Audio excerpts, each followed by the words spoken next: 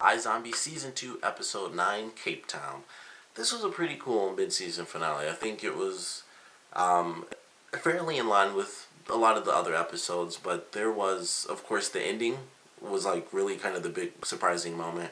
But there were a couple of different things in this episode that were definitely really nice.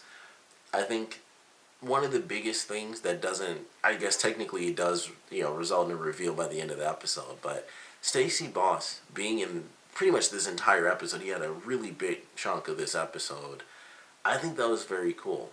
And it kind of leads to at least the gun thing. I feel like that has to come back into play because they had like military style weapons. He had like, a gun that you'd mount onto the back of like an army jeep or something to like just shoot all over the place. So considering they have that coming into the city, I feel like it's going to take place. Maybe it might only end up being like one episode that really ties to this one, but I feel like it has to, in some way, at some point this season, those guns are going to have to, kind of come back into place, and we're going to get an episode where it's a bit of chaos because they're dealing with criminals who have insanely high-powered weapons.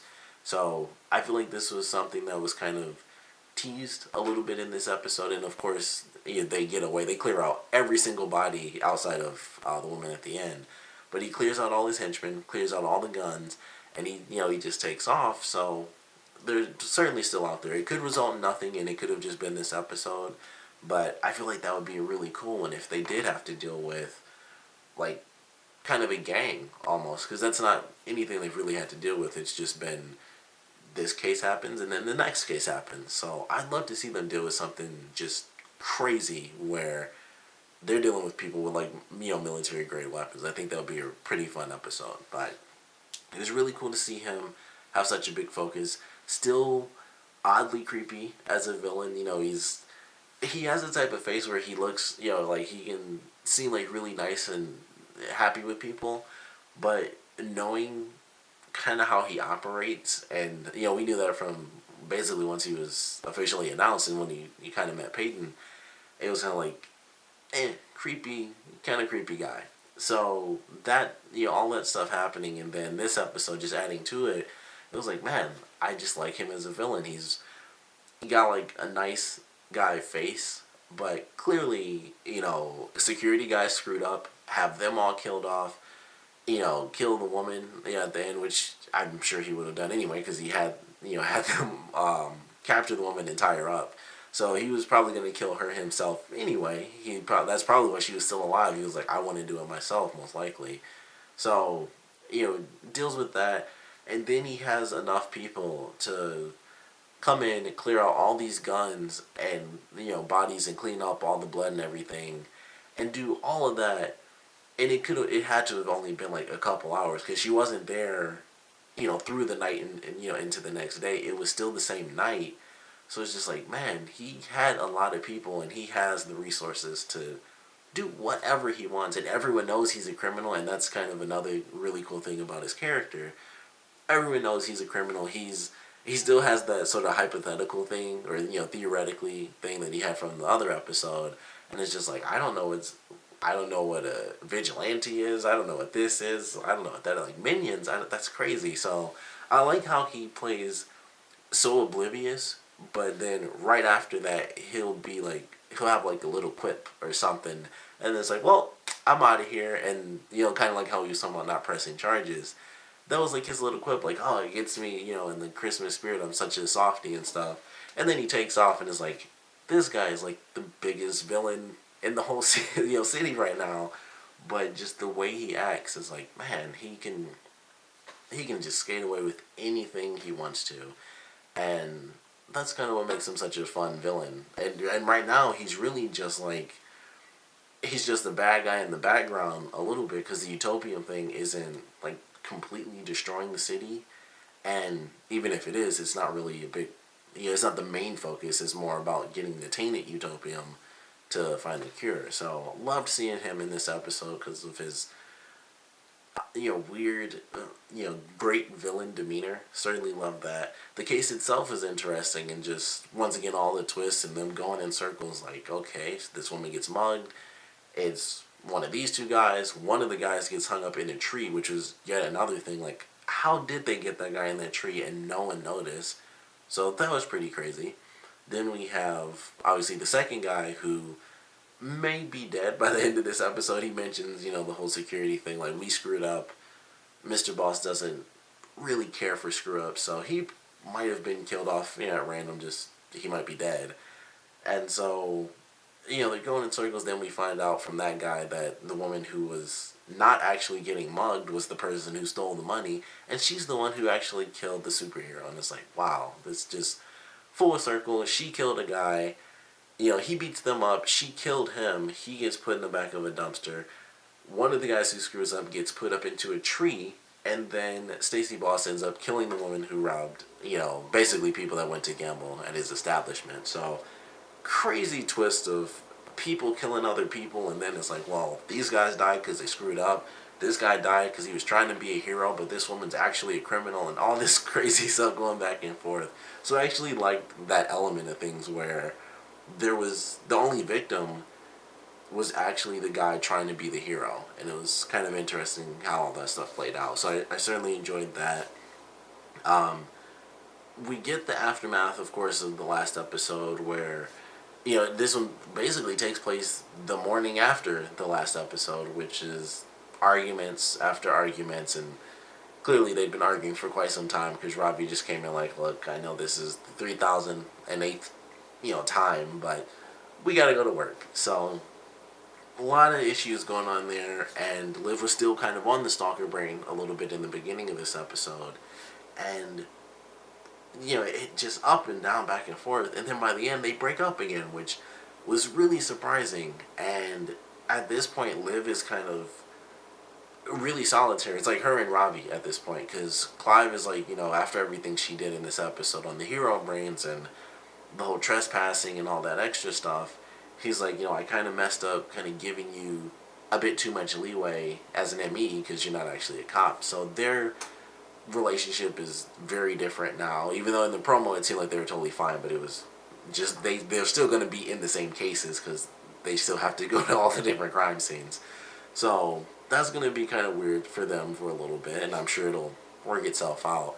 And then we have, of course, Major and Liv and them breaking up again, and it's because Major doesn't fully understand. I feel, honestly, I'm kind of on Major's side where he's really trying, and Liv is the one kind of pushing him out. And she mentions that it's both. It's both her and the brain, during certain times. And it happens, really good bookends for the episode, really, where it starts off where he kind of says the same thing, like, is this you or is this the brain right now? And it's kind of both. It goes back and forth, but ultimately it is both. And the same thing happens kind of by the end, and it kind of sucked. I was like, man, he was really trying at the end after he has this whole conversation with this woman who was going to kill herself, and it's like, she really helps him understand, like, you've seen what it does to your girlfriend, and I can tell you, it really sucks. Like, she's killed people that she didn't want to kill. So he gets a lot of great insight, and that was a great part of this episode. I actually really loved, Major's storyline in this one, where he initially plans to kill this woman, and then he finds her, about to kill herself, and it was very different than everything we'd seen, and so he finally has someone to talk to about all the craziness that he's going through, and he still knocks her out, and she's, she makes him commit to putting her down if there is no cure. And, they kind of do that where it's like, of course, there'll be a cure and stuff, and we find out by the end there isn't a cure. So I'm assuming by the end of this season we're gonna get Blaine and Major back in zombie form, and all I could think of when they kind of did that crazy reveal at the end was what's gonna happen with Major once he goes back into zombie mode and he's, at max rager and stuff. Like, is he gonna just go crazy and kill those people because they're bad? Is he not gonna do that because he's still a good guy? Or is he gonna get taken? Because, once he's kind of in zombie mode, it's like, well, now we have this guy to experiment on. So it's just like, I don't know what they're gonna do with that. And that's all I was thinking of. There's so much stuff that I'm sure is gonna happen in between them in their temporary human forms, but now it's just like, holy crap, I don't know what to think. Because we already had the part with Blaine where he doesn't want to be a zombie anymore. He's gotten to being, human, and he kind of enjoys it now. So I don't know if he'll learn that in this season or how they're going to play that, but I'm actually looking forward to seeing what they both think about turning back, because Major, his whole thing was like, I hate zombies and stuff in season 1, and now he's had like a crazy roller coaster of a ride this season. So I don't know if he'd come back to, being a zombie and still just hate himself and want to, die or anything. It's like, it's very different than what he was, in the first season. And then Blaine is almost the total opposite of what he was. So with Major, it's still kind of in between, and I don't really know. But with Blaine, it's almost 100% he doesn't want to be a zombie. So I'm really looking forward to seeing their reactions to finding out, like, there's most likely no, 100% cure that's just going to last for the rest of your lives. So I don't know what's going to happen with that, but I certainly love that. It was cool to see Ravi, once he saw what happened, he went out there and he's looking for those bodies for the tainted utopium, and he's going to try to really get this cured. I thought that was really cool that he just goes out like, this failed, he's going right out there and he's going to figure out how to make a 100% permanent cure. So I certainly enjoyed that. I don't know how long, like I said, we're going to have to wait, because I think they already say it's been, when the season first starts, I think they say that it's been like a month or something like that. It's been quite a while between seasons. So I'm not 100% sure how much time has passed, and it could easily be different. I mean, obviously the test just shows that they will turn back into zombies, but it could be longer than 162 days. It could technically be less, but it may happen. I would assume it's going to happen by the end of the season, that they can begin to revert back, because we have, this whole season is human Blaine, and then we get, he won't be the same because of, mentally where he's at now. So we'll get a new version of Zombie Blaine in season 3, and then we'll get just full-on Zombie Major in season 3 as well. So I'm really looking forward to that already. There's still a lot, like I said, to happen in between, now with this reveal and what's going to happen when they eventually turn back. But I'm looking forward to what's going to happen with that. I was really excited by that, reveal. And also, right before that, we do have the Stacy Boss thing, where the guy who Liv has to turn in order to save for the whole Tainted Utopium thing, he ends up working, being like, I guess, the right-hand man. He's at least one of the guards for Stacy Boss. Initially I thought maybe he'd be his son, because that seemed like the typical response, because it was like, do you know who this is? And then they don't say who he is. And then, it turned out he was just working with him. I was like, okay, well, slightly different. I thought he might be his son or something, and if that were the case, I think it would probably be a bit different, because he wouldn't want to, it wouldn't be as easy, like, oh, we'll give you the brains, and then poof, problem solved. So I guess it makes sense that he just works for him, and we'll see how all that plays out. But I did enjoy this episode. Ending definitely pretty nuts. It kind of sucked to see Liv.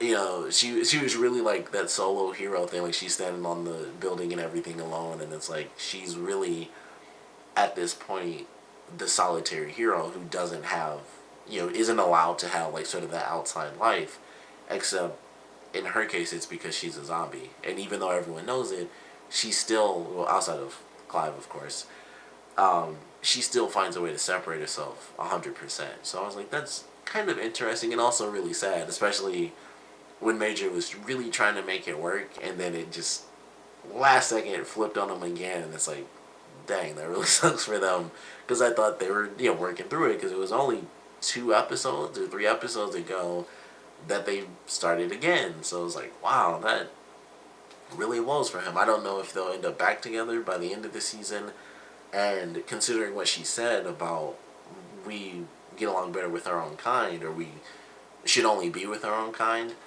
I think they might be able to make it work once they're able to just do it again, because that can cause a lot of tension, and I think that'll all be out the window once they're both zombies. But also a lot of other stuff comes into play once he is officially a zombie again. So like I said, I'm really looking forward to that. Love the reveal at the end. Definitely excited, just the possibilities is what has me so excited, even though that most likely really won't happen until the season finale. But because it happened, I'm just like, I cannot wait to see Major turn into a zombie and how he's going to be.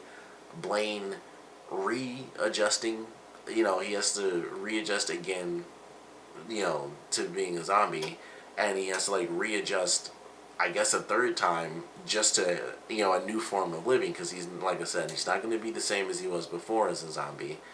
He likes being human, and then he's going to go back to being a zombie.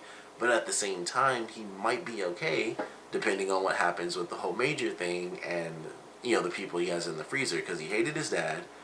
Now, with him being forced to, or just automatically reverting into a zombie again, he won't have that fear, and that was the whole thing driving his father. So there's a lot of good elements where it's like, this is kind of the trajectory, and then it was like, they're going to turn back, and it just screws up everything all of a sudden, but in a really great way, because it just changes all the thoughts that I had, like, okay, well, what'll happen when his father eventually wakes up, and now that they're both turning back into zombies, who knows how that relationship is going to turn out between Blaine and his dad. So looking forward to it. Of course, I want to know what you guys thought about this one, so please comment below. Let me know your favorite parts, your least favorite parts. And I want to know, when do you guys think that Major and Blaine will turn back into zombies? Like I said, I think 3 times already, I'm pretty sure that that'll be their big season finale deal. I would love for it to just happen, like 3 episodes after they come back, and then the rest of the season is them, adjusting to turning back into zombies. And for Major, really, he would just have to flat out adjust to being a zombie, because he was a zombie for like all of 5 minutes or something, really. So, or I guess it was more, it was a couple hours, but ultimately it was like nothing. It was like, boom, here's a cure, he's fine. So, I just can't wait to see that. I hope it happens sooner rather than, oh, mid-season finale, they finally turn back. Because they've revealed it, at the halfway mark. That's something they could easily save, especially with the timeline. So it kind of makes me want to go back to the first episode this season just to try to track and see how much time has passed, so that I can see how close we are to getting them in the zombie forms again. But I want to know when you guys think they're going to be turning back, and of course, what you guys thought about this mid-season finale. So please comment below, let me know, and thanks for watching.